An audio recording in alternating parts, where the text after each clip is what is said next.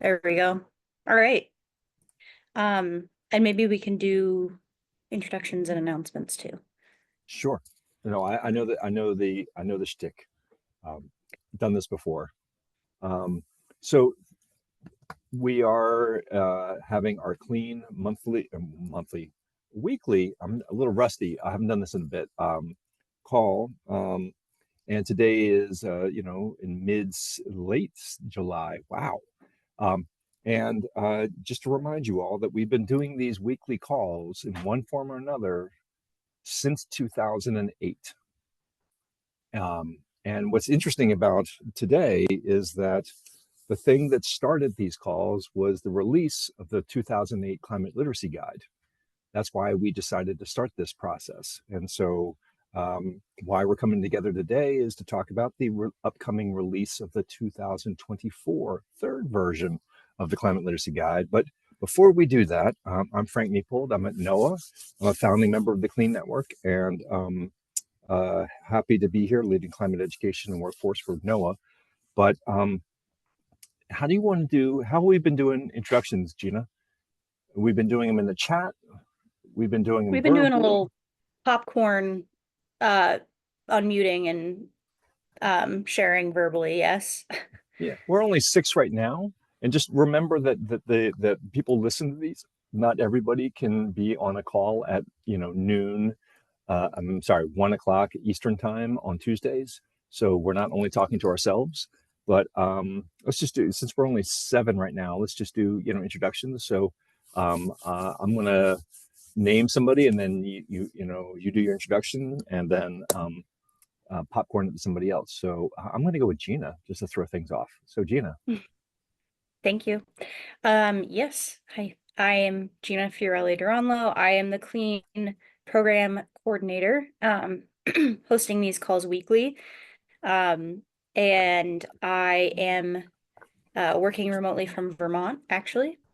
And exciting news is that I think Katie will be back from parental leave sometime in the next few weeks. So we'll be getting back our beloved Katie.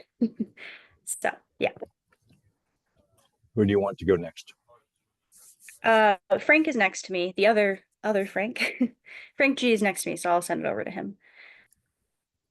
Okay, hello everybody. I've sort of been absent for a little while, but I'm Frank Granshaw from Portland, Oregon, involved with Quaker Earth Care Witness Creation Justice program at Ecumenical Ministries of Oregon, and also part-time faculty at Portland State University. And Jen, you're right below my box here. Great, thanks, Frank. Hi, everybody. I'm also haven't been on in a bit, but happy to join today. Jen Krutzer, I'm the Director of Climate Initiatives at the Wild Center, and I'm joining from the contemporary and ancestral lands of the Haudenosaunee people in the Adirondack Park in upstate New York. And I will pass it along to, let's see, Anne from Pine Jog. Hi, Anne. Hi, thank you. So I'm Ann Henderson, and I work for FAU Pine Jog Environmental Education Center. Saving the world, saving the world. So, and then one of the things that I do is I coordinate Climate Ready, which we actually just finished it. We had 22 students that all came to FAU Jupiter campus and then learned all about climate change. Just spent the whole week learning about climate change. And Rachel Wellman is the program coordinator of that. And I don't know if she's on. I don't know if she's on here or not, but She's not on yet. Okay, so yeah, maybe she's okay. So I don't know if she's coming or not, but anyway, so we had 22 students. We had a great time, and it was very, very busy. So those poor kids were absolutely exhausted when they left, because we worked them from sun up to sundown. So that's it. That's and who do you want to go next? You get to choose. Let's see. How about James Callahan? Great, thanks, Ann. James Callahan, I'll go with, I am the supervisor for a good number of the Bright Star students at AGU. As you probably know, the abstracts are all done by tomorrow. So the largest section of AGU is high school students, and we have at least 20 who will be there from DC. That's just the baseline. It'll probably get up to 40 by the time we're done. They'll have 11 papers on climate change, education, action, because there's all those actions and all those forms of action of education. The students are educators, so they'll be there, and hopefully to meet a lot of you in person, right? Those are at AGU. Hopefully we'll be able to cross connect. There tend to be the education and the high schools are on 2 separate days, but we'll see their cross connect. So how about Wendy from our great friends at what do they actually call you? The National Center for Selling Evolution is what I remember. People used to joke about you. And fine. Yes, we do sell evolution and climate change to anyone who will listen, mostly teachers, of course. We just finished revising all of our climate change lessons, which I'm really excited about. They are now called story shorts. We made them more streamlined and more flexible and better aligned to the NGSS standards, hopefully more usable for teachers because they have so many other, challenges and pressures. Another thing I'm really excited about isn't really so much part of my NCSE role, but I also work on our state science and engineering strategic plan. And we have been, actually, that's not really, I'm trying to work it into the strategic plan because Subject to Climate has been working with some groups in our state to start like a Michigan hub. So I'm really excited about that and trying to kind of join that, hopefully with our state science and engineering plan too, which is just like another way to get more climate resources into classrooms because not enough is happening. I joined a little late, but Carolyn, have you gone yet? I also joined a little late, Okay. so it works out.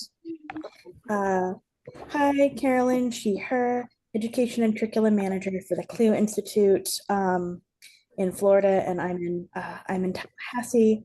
I'm really excited because next week I was invited to the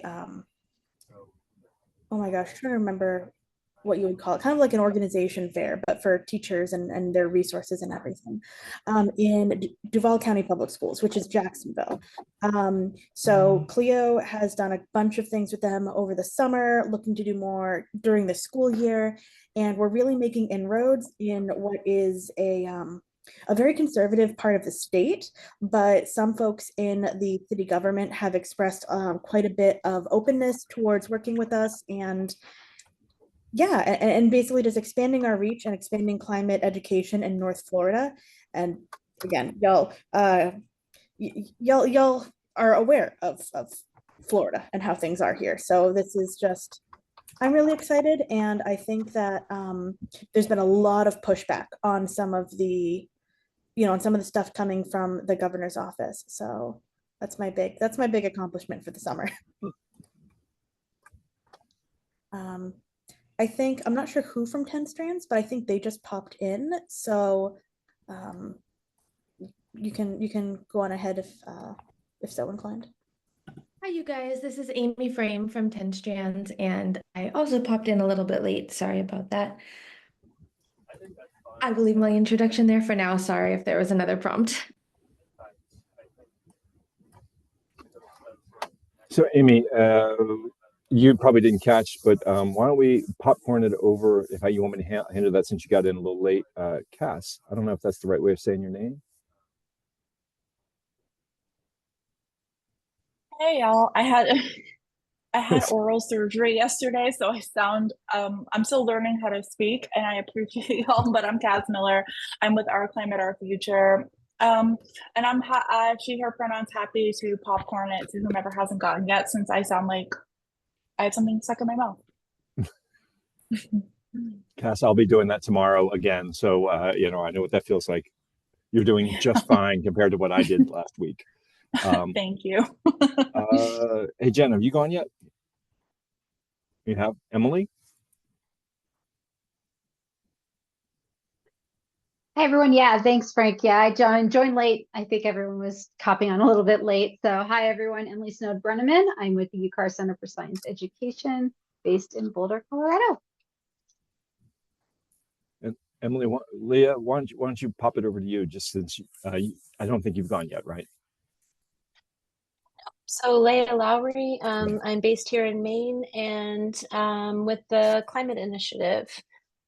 And it looks like somebody is joining. So I will pop it to Patrick since he's just joined. That's what happens when you show up late there, Patrick. Just drop right in. No worries. Let it drop. Hey, everybody. I assume we're doing introductions. That's where we're at. Yep, you got it. Okay. So I'm Patrick Chandler. I'm an education specialist with CLEAN and series, the Cooperative Institute for Research in Environmental Sciences with Gina on that team. And I'm currently focused on teaching climate change across the curriculum in non-science classrooms. And been doing some work on the climate literacy seal for Colorado to develop resources and get a toolkit together for teachers jumping into that this fall. And with that, I'll pass it to whoever Gina wants me to pass it to. I think we have introduced.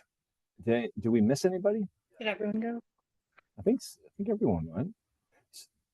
Sorry if I missed something. Sorry for my dark back weird government lighting, but it's the nature of working for the government. Announcements. Do we have any announcements that you want to share with everyone? I mean, you can also use the chat.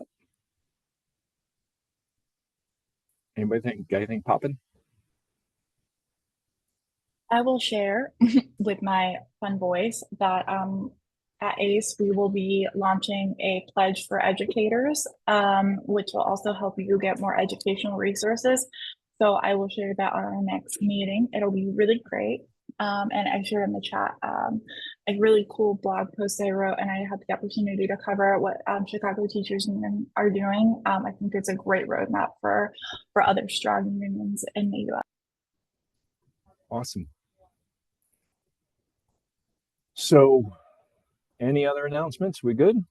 Sure, I could say something. Oh yeah, what you got? Let's go Jim, then Frank. Sorry. Oh sure, and don't mind if it's the other way. Just acknowledging that we just came off of a whole bunch of institutes and some of the major conferences that happened for teachers during the year, right? We had the Mid-Atlantic Climate Change Conference, Climate Generation Summer Institute, and each of those had magnificent cohorts that went on. There was the Climate and Equity Institute in Maine that just wrapped up. That was a full week of teachers. There are a lot of smaller ones that happened. There was a Science Festival national meeting of educators in that realm. And just part of it mentioning it is, of course, the first two I mentioned are very much tied in with CLEAN. We're dialed in. We all know each other and all good. There are a lot of other ones that we want to make sure we're a network of networks, right? We're connecting. So I'm just kind of acknowledging that happens, and we can share with each other if we do work in one or the others to know what happens. Just that's mostly what I want. Our community is, as Frank N often brings up, is a lot larger than it appears if we look at the screen. Absolutely. Frank G. Yeah. So two things. First of all, I just popped into the CLEAN listserv a little bit of an extensive message, but I just want to bring that to your attention there. I'll let you read it in terms of what it's about, but I definitely would appreciate some responses to it. Second, just a kind of a fun one here. My wife and I got invited this year to have our home in a home show. And the home show is actually Solar Oregon and Energy Trust of Oregon's net zero tour. Because there's some weird little idiosyncrasies we've done with our house over the years that they said, you guys need to have your home in the tour. So it'd be kind of fun. Anyway. That's fun. You know, some CLEAN call in the future, we could probably all talk about all the things we've been trying to do to deal with our knowledge and our work in our personal lives. you know, there's some hacks that we figured out on certain things, whatever it is. So, you know, but we've never, to my knowledge, we never had that conversation. So I know I've been hard at work in my personal life, and I imagine we all have. So any other announcements and any topics? Because I do have a topic I want to kick around with you guys that I think you're going to be interested in. I don't know. There's been a lot of stuff in the chat, so I don't know if you saw it, Frank, but Jen, actually, didn't she pop off? Jen had asked if we could talk about AGU briefly, but I Sure. think she just left. So maybe now isn't the time, because I don't know if her internet went bad or if she had to leave, but maybe we can do that at the end then, since I don't see her anymore. Well, no, let's do it because it's fast, actually, because I think your response at 1:11 Eastern time, I don't know what you guys all see, given, you know, where you are, but there are 3 sessions that are principally climate empowerment, that Gina, you put in here. But Haley and I are looking at other ones to look at as well that are quite interesting. So, you know, for those who don't know about AGU, I mean, it's going to be in Washington, D.C. The fall meeting is going to be in Washington, D.C. Historically, it's been a huge place for the climate literacy community over the years. And the science and society sessions are riddled with really interesting stuff, not just the education section, the union sessions sometimes, but those are less easy to access, the global change sessions. But those are the 3 main places where we see this kind of work showing up. So there's Science and Society 058 is a really interesting one. There's Science and Society. There's this one, SY02 12, sorry. That's a really interesting one. So there's just a lot of interesting ones that I noticed this year, because historically we would sometimes put in like 7 sessions. This year we only advanced 3. And the game here is that if we get enough talks to create a poster session and or an oral session, then that session goes forward. If not, they get smashed together with other like sessions that are too small, and then it becomes this weird hybrid. I've been on the making that sausage, and it's sometimes a little awkward, but still, if you are able to put a session in, and there's a rich set of interesting options this year that are not just in the education part. Gina, did I do okay? Or anybody else want to build on that? Well, Cass was just asking if it's well attended by educators, and I would say it's growing for educators. Yeah. Also, Cass, it's a more intersectional space, and that's gotten more action oriented, more justice oriented over the years. Not just the scientific community. Educators can register for free if you can there's a little bit of paperwork. Our community's figured out how to do that over the years, so that at least the registration, which can be pretty steep, but there's a way to register as an educator. You just have to have somebody above you that says, yes, you are an educator, and it's not that hard to get that to pass. But I think it's an interesting. Yeah, Jim, I'm with you. It is the climate scientists, but it's the climate service people, and it's also the education people working with the climate science and the global change. And I don't know how to say it any other way. It's a form of intersectional. It's not the true sense of that word yet, but it's getting that direction. I wasn't meaning to be argumentative. It's that when we have 8,000 climate scientists there, I think that kind of settles the issue. This is a big conference, and educators are in all the intersection, all above, but 8,000 climate scientists there. You know, this is an important place to be. Yeah. Jim, the only reason I have a pet peeve at NOAA, we talk about our scientists all the time. In order for my agency, I'm in the climate office at NOAA. Where I am sitting around here, I have a communication specialist there, a social scientist there, and then a climate anthropologist there, an economist there.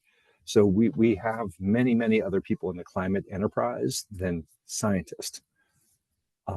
So like we need to do, as a community, a better job of getting It takes all these expertise together. And so that is definitely present in AGU. I don't know, Cass, does that help you? We defer to scientists too much. And I'm It in the does. climate It program does. office. I'm trying to best establish how to get in front of educators to like really be with like all of my friends are educators, so it's not a lack of that, but in this space where educators have been vilified and demonized in society, especially where I live in Florida and many of us live, having these really important discussions and dialogues about how we can support them, especially around the topic of climate science, I think is really critical to this moment that we're seeing and facing right now.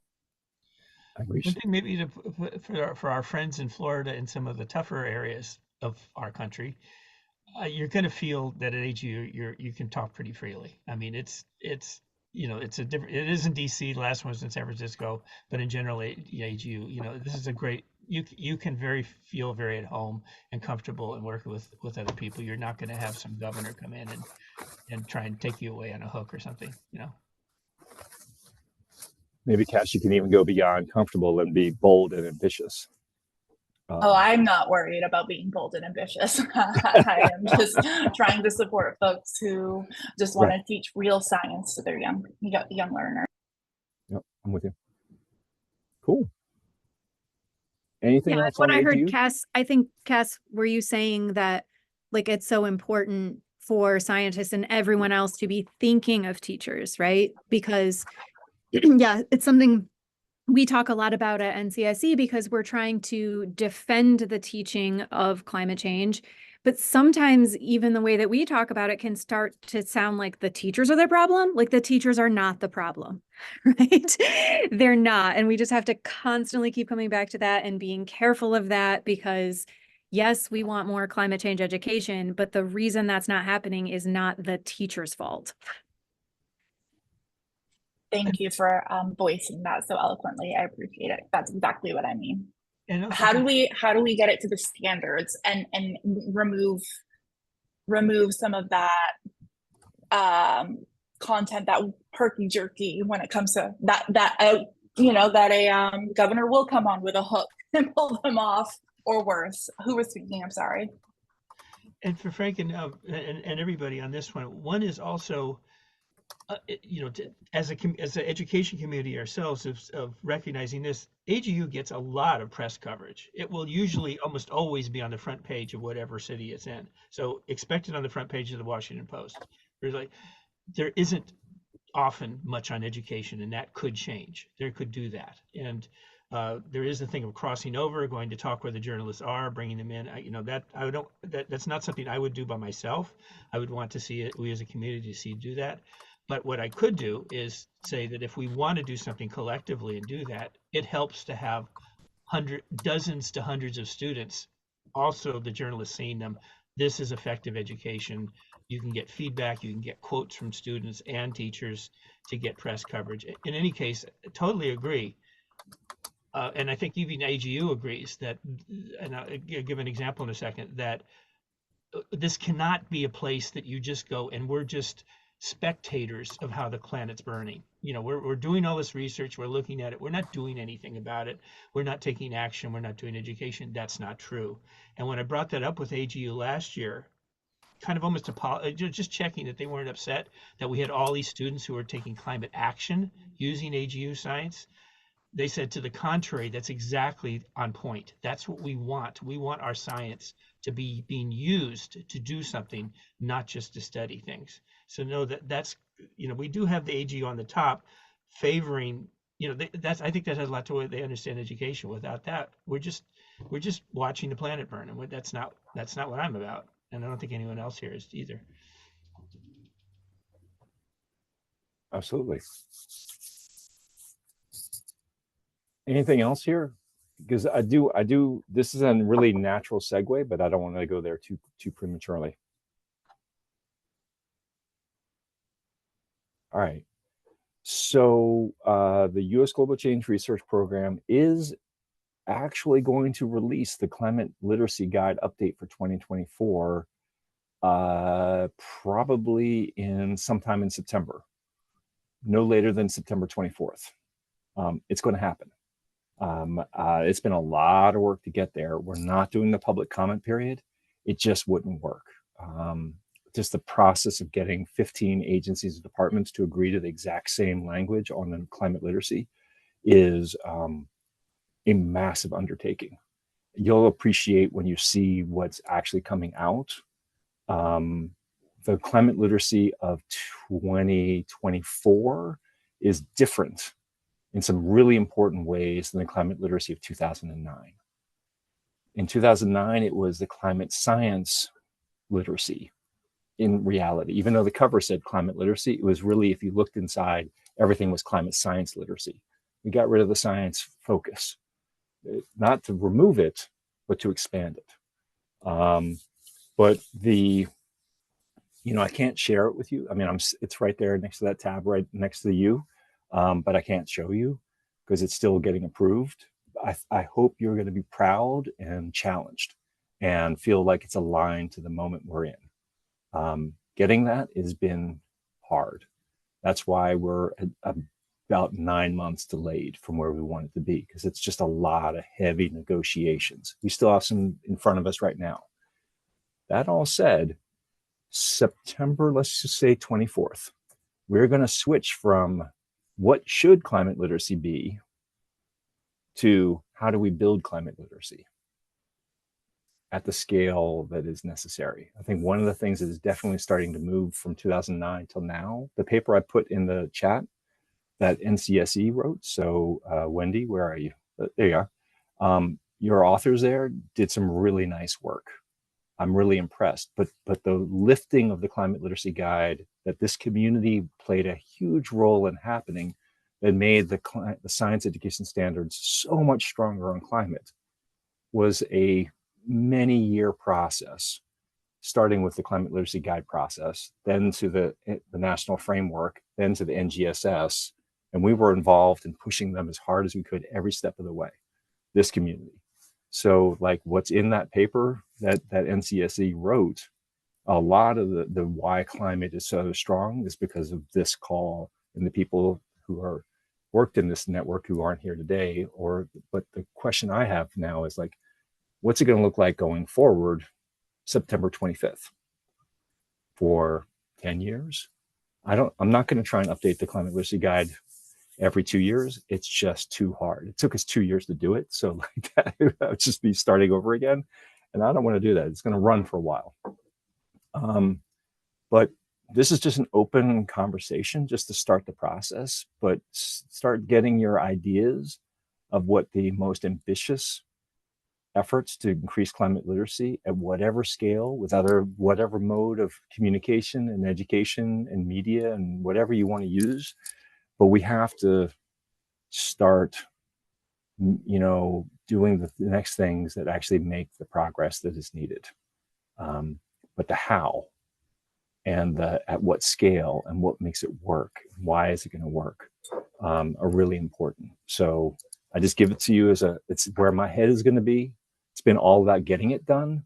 Now it's about getting the other thing done, which is increasing climate literacy. So I know we're not going to do the same things we did in 2008, 9, 10, 11, 12, 13, 14, 15, 16, 17, 18, 19, 20, 21, 22, 23, and 24, right? That was a lot of years.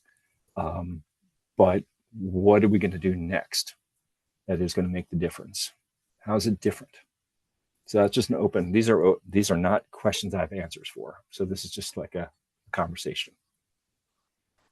Any questions that help clarify, I'm happy to go there, but that's really where my head is going, if that's possible. What do you think?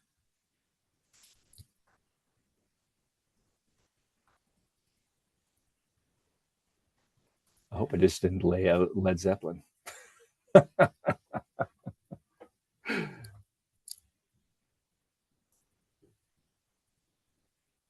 Come on. That's got to be interesting to somebody. We're all processing. No, it's exactly, Frank. This is not you didn't say anything that isn't important. No, I don't think anyone here believes that. Just being clear. I'm just joking with you guys.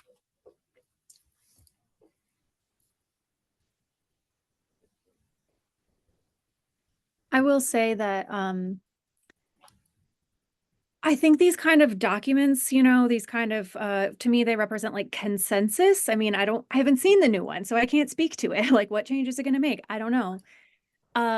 They're really, really important, but it's much more about getting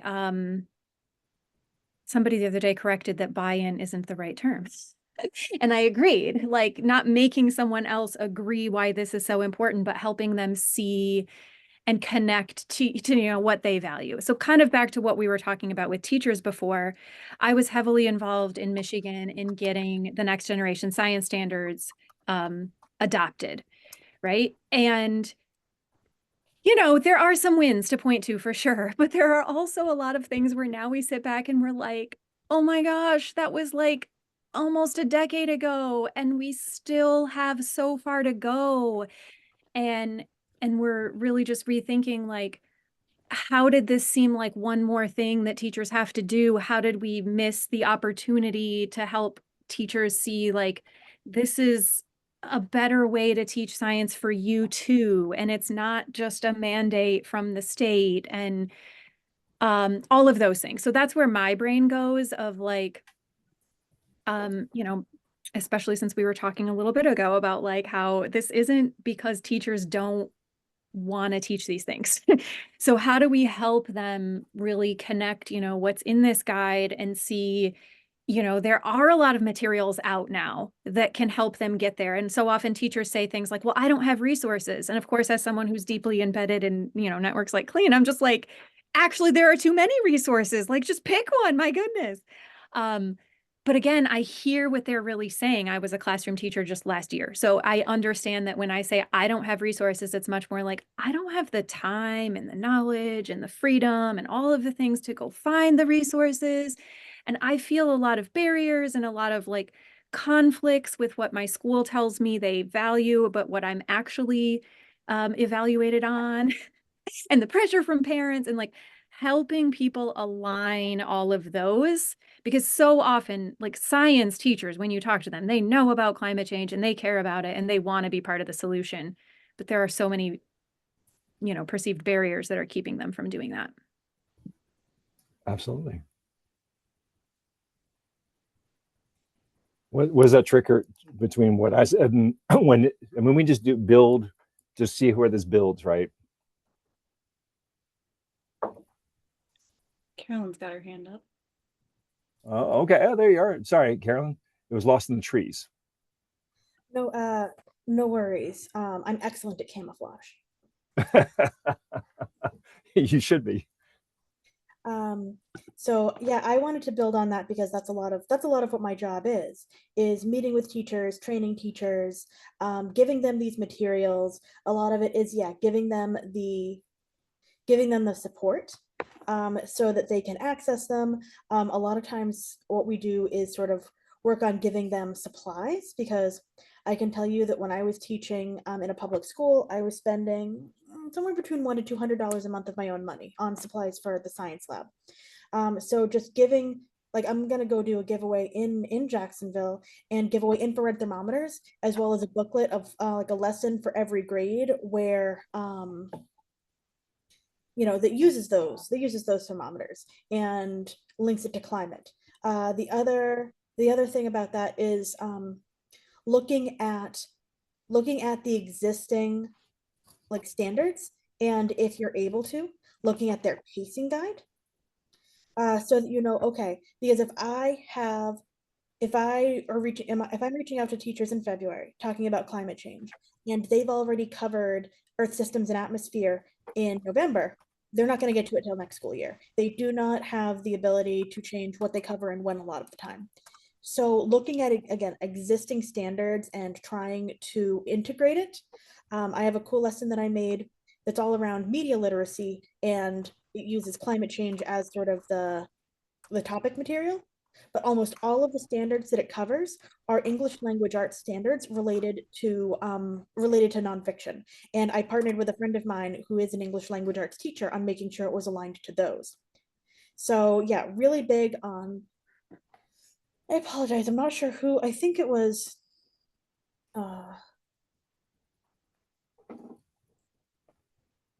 I'm sorry, my allergies are really bad today and the antihistamines are working a number on my brain.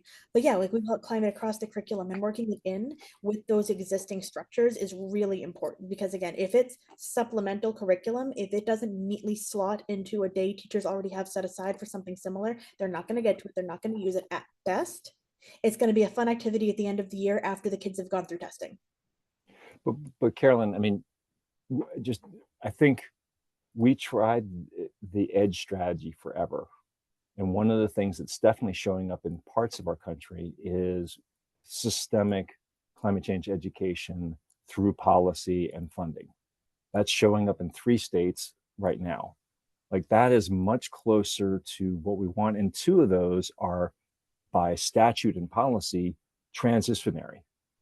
Like that's brand new.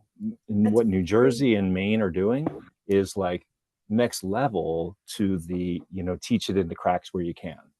And I don't mean that's what you're doing, but it just like that's honestly that's very fair. And I am speaking from a very specific context because I assure you, exactly, teach it in the cracks where you can is the only way that we're making any progress, and we are making progress. It's right. Definitely not ideal. It's just, yeah, that's just what we have to deal with here. So you're totally right on that one. That's way better if you can manage it. But I think that uneven, I mean, I've done this for a long time, and to represent the US at the international context of what we do on this topic, what I've had to say is, look, we're an incredibly uneven country on this work. We have some amazing advanced pieces, and then we have some very uneven pieces, and we have some hard pieces. And then like where K-12 is hard, our museums and aquaria and parks are doing amazing stuff in the same community. And so then you have higher education doing the great stuff, and then other times it's not. And it's just like, it's super uneven, and it's super awesome all at the same time. So, but I think I want to pick up on that transdisciplinary piece that you mentioned, because that's one thing we definitely are trying to lean hard into in this space. This cannot be a science education move alone. Does that resonate with you all? Are we all on the same page there? I'm not saying not science, but I'm not saying only science. All right. I think one of the things that we're finding is that actually it's we're finding it almost more kids are almost more drawn to it outside of the science class is where we're finding it. They're becoming more drawn to it within the justice and equity realm, within the art realm, within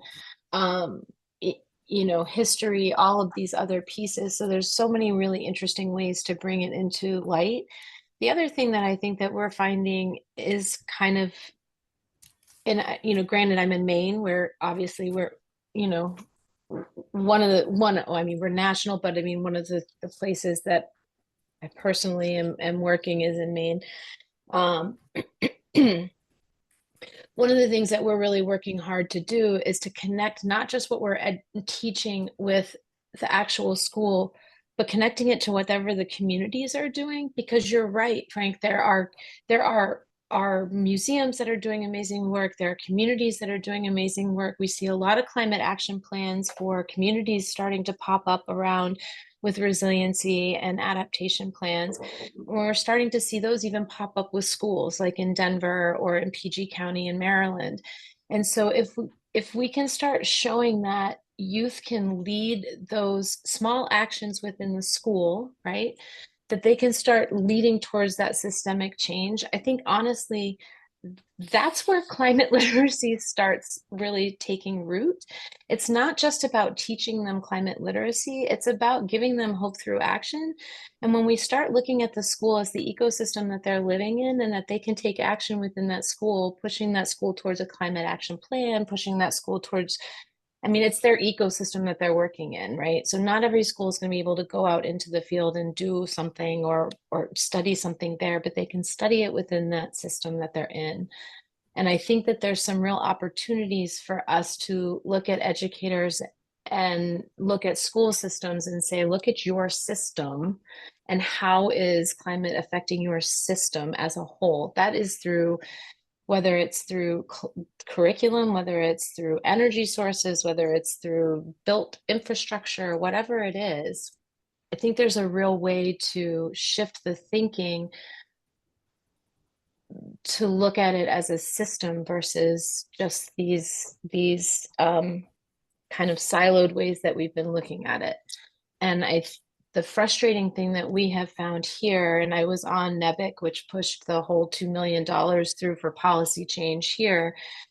The frustrating piece is we have this huge climate action plan for the state of Maine, and nowhere in it is education mentioned. And so this summer I was on a climate education task force where we were like, okay, how do we get education put into this entire thing? Because we keep thinking in silos. And that's what I'm really hoping that this climate literacy thing is really looking at, is how do we integrate not just teaching climate literacy, but how do we integrate that whole thinking into more of a systems thinking, right? Like, how do we help our educators see that what they're teaching in the system of the building, in the system of what we're educating, moves it forward? One of the things I think we have here is the CLEAN network, which makes the CLEAN network so special, is we have people who are coming at this in a coordinated way from many directions. There are people who work on curriculum development, and there are people who are working on the policy. People are putting out the climate literacy guide, right? We have all this.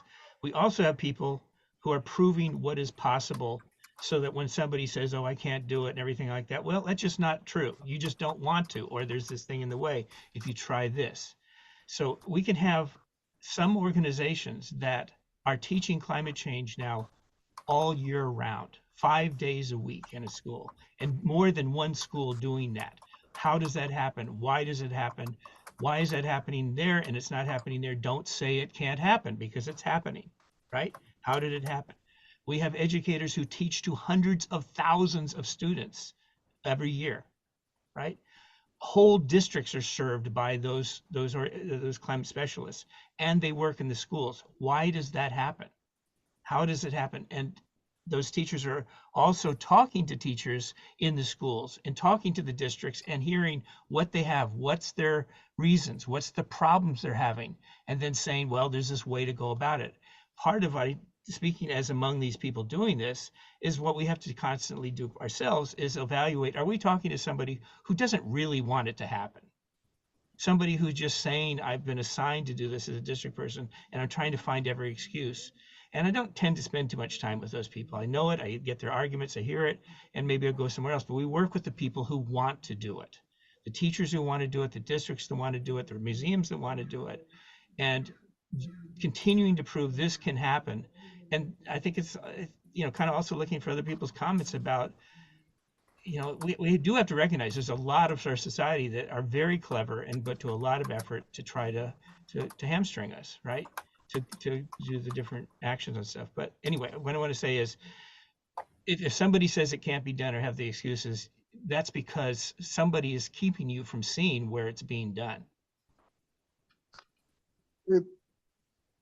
I hear you. I agree in some cases. I disagree in other cases. I think there's multiple levels of barriers to overcome in these spaces, and some of them are will and some of them are not.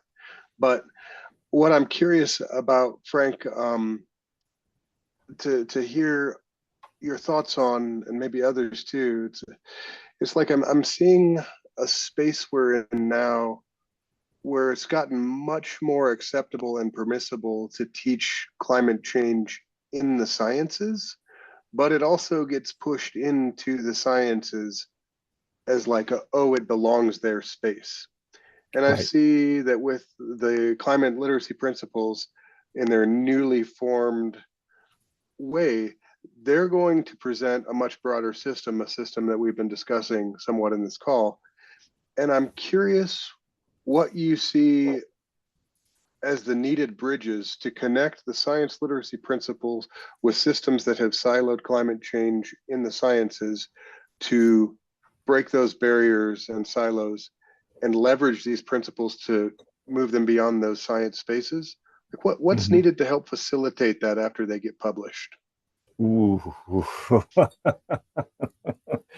A hell of a lot of relationship building, massive relationship building, because all the change that's happened that's been good has been all in relationships. That's why the 8 of us who sat down at a Quiznos in 2008 to create this group, that's why we did it, because it was relationships that were going to get it done. Don Haas wouldn't be connected to us and what we were trying to do when he got on the National Research Council's framework group for creating the science standards.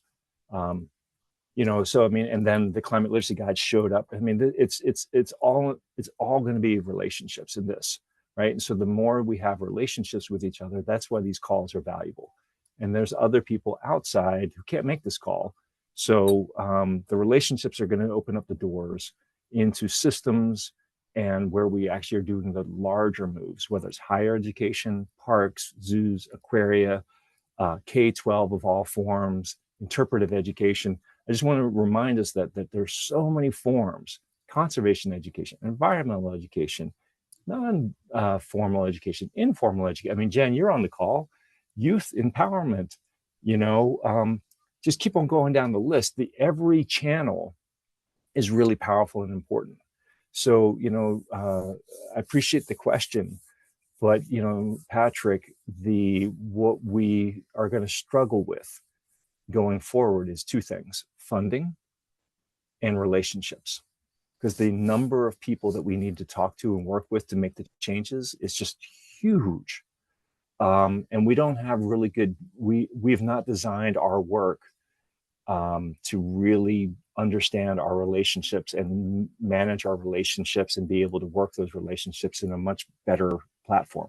Other industries do this way better than us because they've got the funding. If we had the funding, we could do it differently than we have.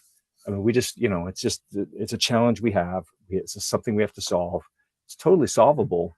But I mean, I think, the state level and down, and then across is really the move. So the more we're able to make the change at the scale we can, it's not national, it's across the nation.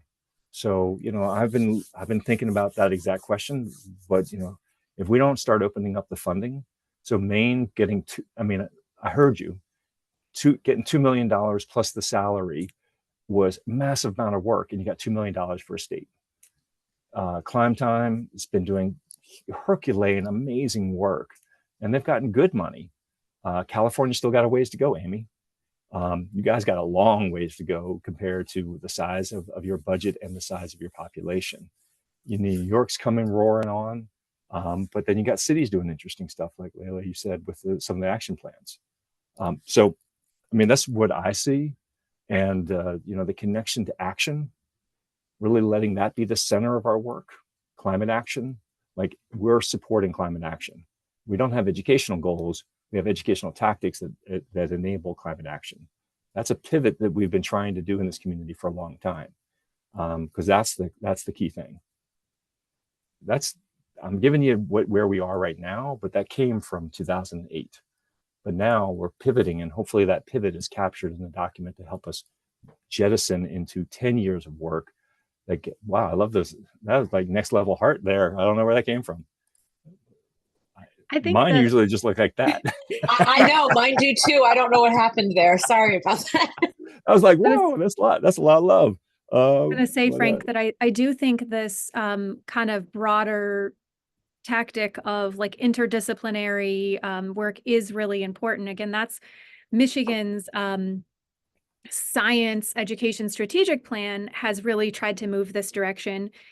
But this comes back to what we talked about, like teachers and schools and how things are arranged.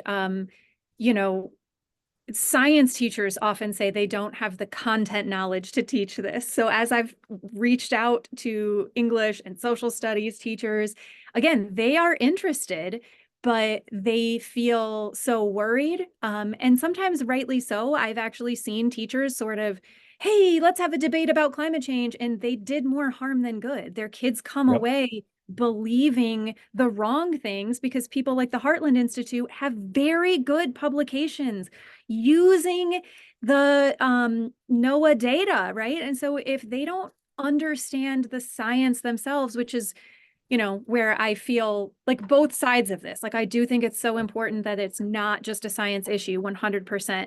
But I do think that a lot of it comes down to understanding how science works and how science gets applied, and that we don't get to just debate the science. We get to debate how much money we spend on it. We get to debate whether we care about the environment, right? Because that honestly should be more central, that people kind of see the tactics, that the way nobody wants to stand up and say, well, I don't care that the earth is burning to the ground. So instead you skew the data and you do these other things.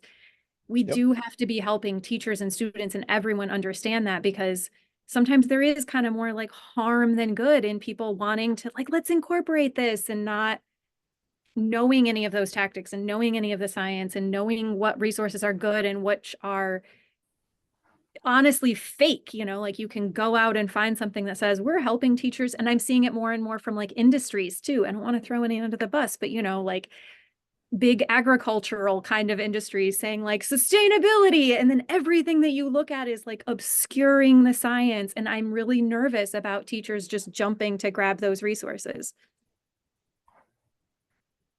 So let's do it well. Whatever we do, let's do it really well.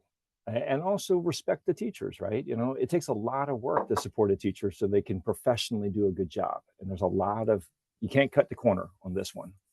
I'm right with you. So any other perspectives? We're running into about 7 minutes left. Yeah, can I just speak up a bit here, you guys? Jump it. No, Amy, no, you may not speak. No, of course you can. I'm just playing with you. Had such a great last week. I taught with a NOAA BWET grant in rural Tulare County, California. We're in the Central Valley, in the bottom part of it, in a very conservative place. We didn't have the climate literacy framework, so Frank was nice enough to at least send, headings or whatever. And so we just made these big posters and we filled them in ourselves over the course of the week with the information that we were uncovering from field trips and our climate action plans and things like that. And in essence, people literally said, we don't talk about Bruno. And in that case, this is the fact that like dairy and feedlot emissions are 36% in our county. And even in our city's in our county's climate action plan, there's a climate action plan for everything else. And they've carved off dairy and everything to do with that. And it's its own plan, literally like it doesn't exist. And we are not going to touch that. And I think just having these climate literacy principles, which in California totally connect with our AB 285, which requires climate change education, really helped people talk about things that they wouldn't have been willing to talk about otherwise, because it made them feel part of something bigger than themselves in the small little place where those individuals feel isolated, and helped them feel cut into something national or international that they could then be part of. So yeah. It was a good thing. That's beautiful. It's going to be years though. That's what I learned. It's going to be years before teachers are really confident with not just the information, but being able to speak about it in a safe place. I'm gonna do some, Jen, I'm gonna pull you into this for a second, because one of the things I find, get ready. What I find is there's an interesting move that really started showing up around 2014, where what do youth want in their education? And it's been building since then. I mean, Gina, that's when you and I got to know each other at the White House, and then Paris, so like, but the piece that has not shown up in this conversation yet is like, when you ask young people what they want their education systems to do for them, you get a really different answer than what education systems are willing to do. And I think inverting that equation, I mean, we had the scientific community say, here's what we think is important for you to learn. We listened to people at the beginning of this, but how much we were able to get that through the system, it's to be determined. But Jen, like, talk to me just about the power of direct youth program and how that plays with educators. You see where I'm going? Yeah, I mean, I think there's a lot of folks on this call that were working directly with young people. I mean, our program has been going on for a long time, and I think that a lot of what we've done through our youth climate summits and our youth leadership retreats has been around trying to support like project-based learning, both in and out of the classroom, and also helping students to drive their own like projects that they want to do. So a little bit more of a bit more of a constructivist approach, if you will, like, Right. but that's focused in that sort of project-based learning space that is both aligned with their, school needs at some point, but like a lot of the work that we do is outside of school because New York State doesn't, there is stuff that, is tied back to the state standards through their science classes, but it's not in any way like mandated. It's not in any way a requirement, but we try to appeal more towards like the civic engagement side of things, to appeal to the club spaces, and to getting like community service project credit. We also pay, depending on projects and the work that we're doing, like with our climate teen leadership program, those students get paid. We have 10 students for a year time, and they get paid to be a part of our program. So, and that, took a long time. That was like, something we had to get grant funding for. It was a long road. But we're, continuing to sort of be responsive to kind of student choice and student voice and how we elevate that, both within our program and in many of the small rural communities that we work in across New York State, but then within our larger global summit network. I'm not sure if that's answering your question at all. Well, there's one piece I'm just curious about is when, for those who don't know, students who go to these youth climate summits, right, they come back to their school and their interaction with teachers and what teachers want to do in responsive to students, the relationship between what students want and what teachers are willing to do. Look, to become somebody who can teach this stuff skillfully is hard. It's a lot of work. We weren't trained to do this. It's an extra work on top of us. So where's that fire for a teacher to go in and do all this work to get ready to be able to teach climate in any discipline well? One of the things I'm suspicious about is that students actually are inspiring, challenging, demanding teachers to really get ready to do this, not for them, but for their peers who are younger than them. And Jen, have you seen anybody, have you seen that as a powerful part of this work for any teacher as to why they do this? Am I guessing? Well, we definitely see, like, through like the youth panels and stuff that we've run at many of our educator retreats, or if we bring in like this sort of intergenerational dialogue stuff, that students are asking to do more climate education work, being more responsive to like mental health stuff happening with them, being more responsive to like meeting their needs. And sometimes that can be like at odds with what the school requirements are, what teachers are required to teach. So I think that there's some tension there. I'm not really sure how to solve that tension, but which is why I think so. At least for us, it might be different in California or Washington or New Jersey and other states that are now doing much more climate work, more centered climate change education. New York, it's still really, it's just not the norm, and it's really inconsistent across districts, across the over 700 districts in the state. I know we're at time. We are at time. Sorry.